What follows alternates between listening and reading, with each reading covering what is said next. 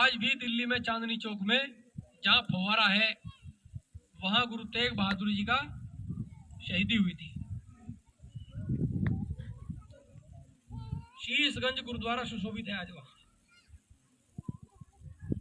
भाई सतीदास भाई मतीदास दोनों बलिदान हो गए।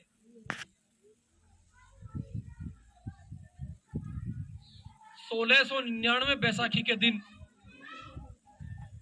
जब वो 9 वर्ष का बालक, कल्पना कीजिए जिस 9 वर्ष के बालक की गोद में उसके पिता का कटा हुआ सर रखा हो, देह का भी अंतिम संस्कार कहीं और किया गया हो, उसके मन पे क्या बीत रही। लेकिन जिस कुल में, जिस वंश में पैदा हुए, जिस धरती में पैदा हुए, उस धरती को बचाने के लिए, समाज को बचाने के लिए जिनके पुरखों ने जो बलिदान दिए वो गाथाएं उन्हें याद थी, इसलिए उनके अंदर हिम्मत थी। उस बलिदान को याद करके अपने पिता के उस शीश के साथ ही उन्होंने उसका अंतिम संस्कार किया। जवान हुए तो एक नई व्यवस्था की खड़ी की, सकल जगत में खालसा पंथ गाजे, जगह धर्म हिंदू तुर्क धुंध भाजे। बैसाखी के दिन 1699 ईस्वी में खालसा की स्थापना हुई। कौन लोग थे? सब नवयुवक लोग थे, बूढ़ा कोई नहीं था। क्या कहा जब उनसे पूछा कि काम तो हो ही रहा है, फिर खालसा बनाने की आवश्यकता क्या है? तब उन्होंने बताया, अपनी आत्मकथा में लिखते हैं कि आज्ञा भई अकाल की तबे चलायो पंथ, सब सिखन को हुक्म है गुरु मानियो ग्रंथ। सकल जगत में खालसा पंथ गाजे, जगह धर्म हिंदू तुर्क धुंध भाजे। खालसा की सृजना हमने सत्ता हासिल करने के लिए नहीं की, खालसा बनाया है इस देश धर्म संस्कृति को बचाने के लिए। हुआ भी यही। The battle of Chamkaur, mobile होंगे, गूगल पर सर्च कीजिएगा। 40 सिखों ने 3 लाख से अधिक की फौज को रोक करके रखा था।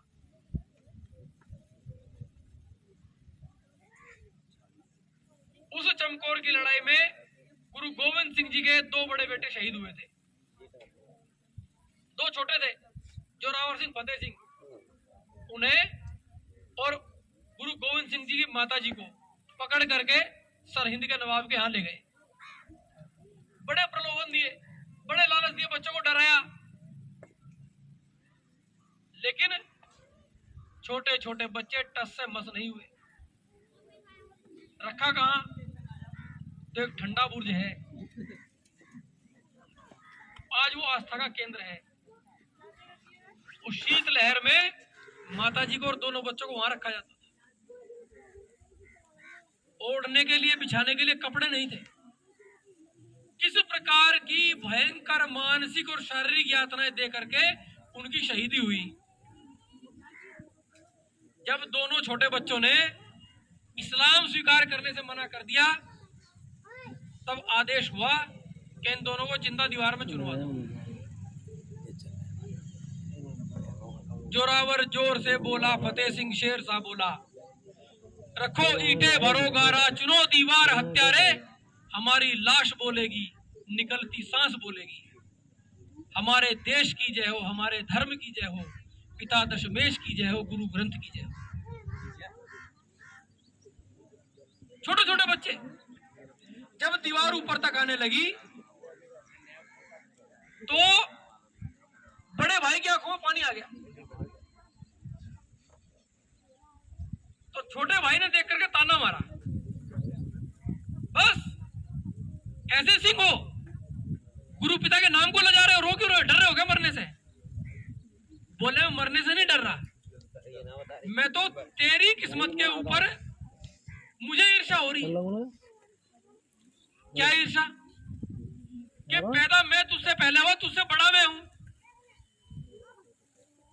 तो पहले शहीद मुझे होना चाहिए, लेकिन देश धर्म के ऊपर शहादत का पहला अवसर तुझे मिल रहा है। क्यों? वो छोटे थे ना कद में, तो दीवार पहले उन तक आ गई थी। माने जो बलिदान देने की परंपरा है, 9 वर्ष की आयु में जिनके पिता ने अपने पिता का बलिदान दे दिया, आज वैसी अवस्था उन बालकों के सामने।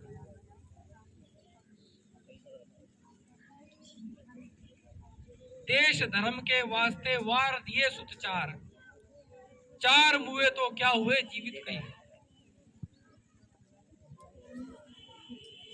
कहने का अभिप्राय है कि इतिहासकार जो हमें बताते हैं, पढ़ाते हैं कि मुगलों ने हम पे शासन किया, अंग्रेजों ने शासन किया, वो शासन नहीं था।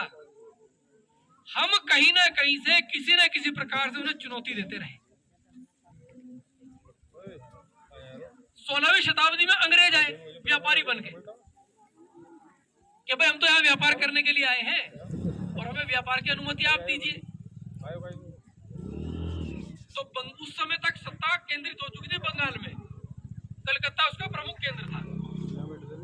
मना कर दिया नवाब ने वहां के, बोले भाई हम आपको अनुमति नहीं दे सकते, आपकी तो खेती का मामला गड़बड़ है और हमने तो सुना है कि जो चीज तुम लोग पैदा करते हो फिर खेती खत्म हो जाता है।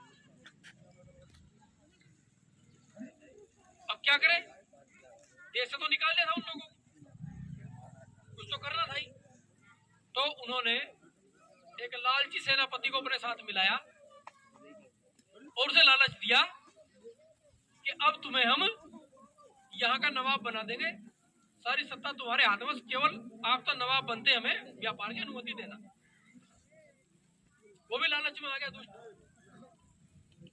तो इंग्लैंड से निकाले हुए 300 महाभ्रष्ट, निकम्मे, कामचोर, चरित्रहीन लॉर्ड क्लाइव के नेतृत्व के 300 क्लर्क उस समय कलकत्ता में आए थे और उन्होंने मीर जाफर को अपनी ओर मिलाया। 1757 प्लासी का युद्ध इतिहास में पढ़ाया जाता है। कितनी देर युद्ध चला था पता है क्या किसी को?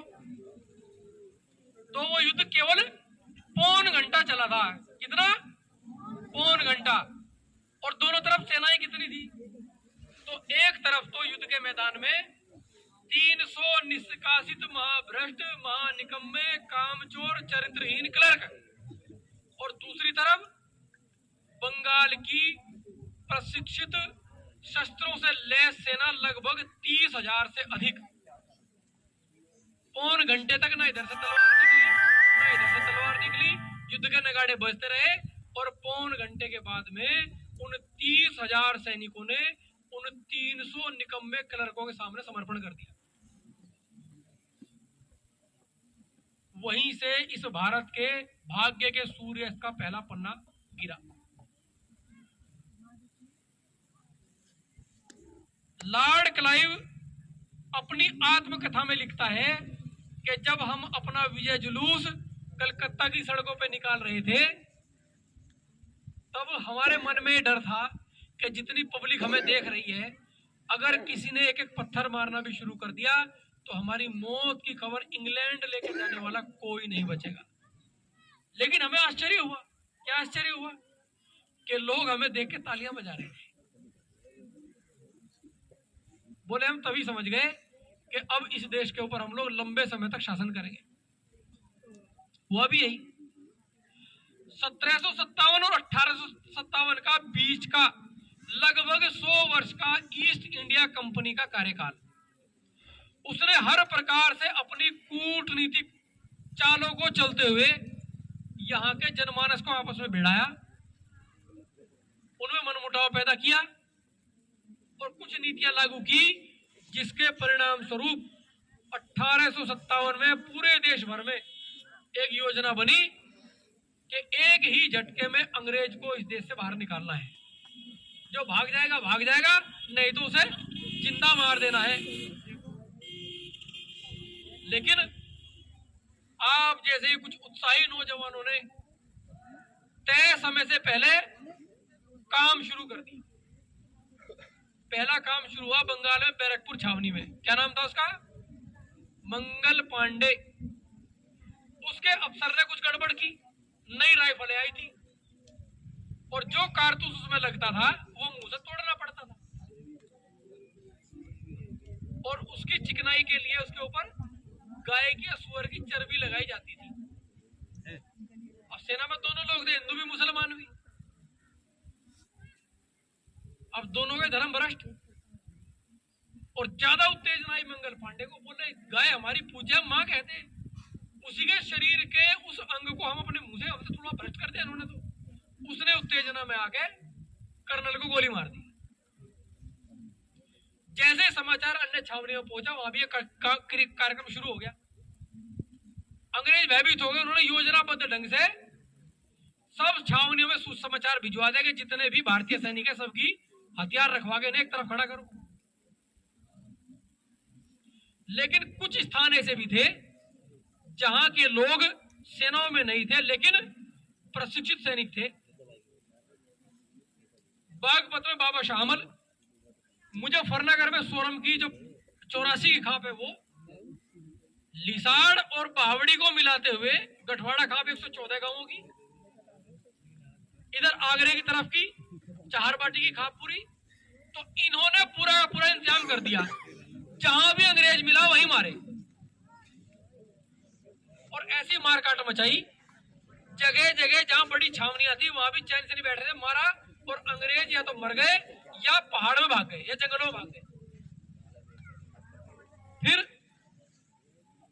जो बचे कुछ गद्दारों के कारण बचे, उन्होंने कि भाई अब इनके इस उबाल को हथियारों के द्वारा न निकाल के बातचीत के द्वारा निकाला जाए तो क्या हुआ। तो 1857 के समय इटावा का कलेक्टर था A.O. ह्यूम। जब इटावा में भी क्रांतिकारियों ने आक्रमण किया तो वो व्यक्ति रात के अंधेरे में घर में घुस गया। वहां कोई महिला थी, उसने हाथ पैर जोड़े उसके, तो उस महिला ने अपने कपड़े दिए, उस महिला के कपड़े पहन के अपनी जान बचा के वो भागा।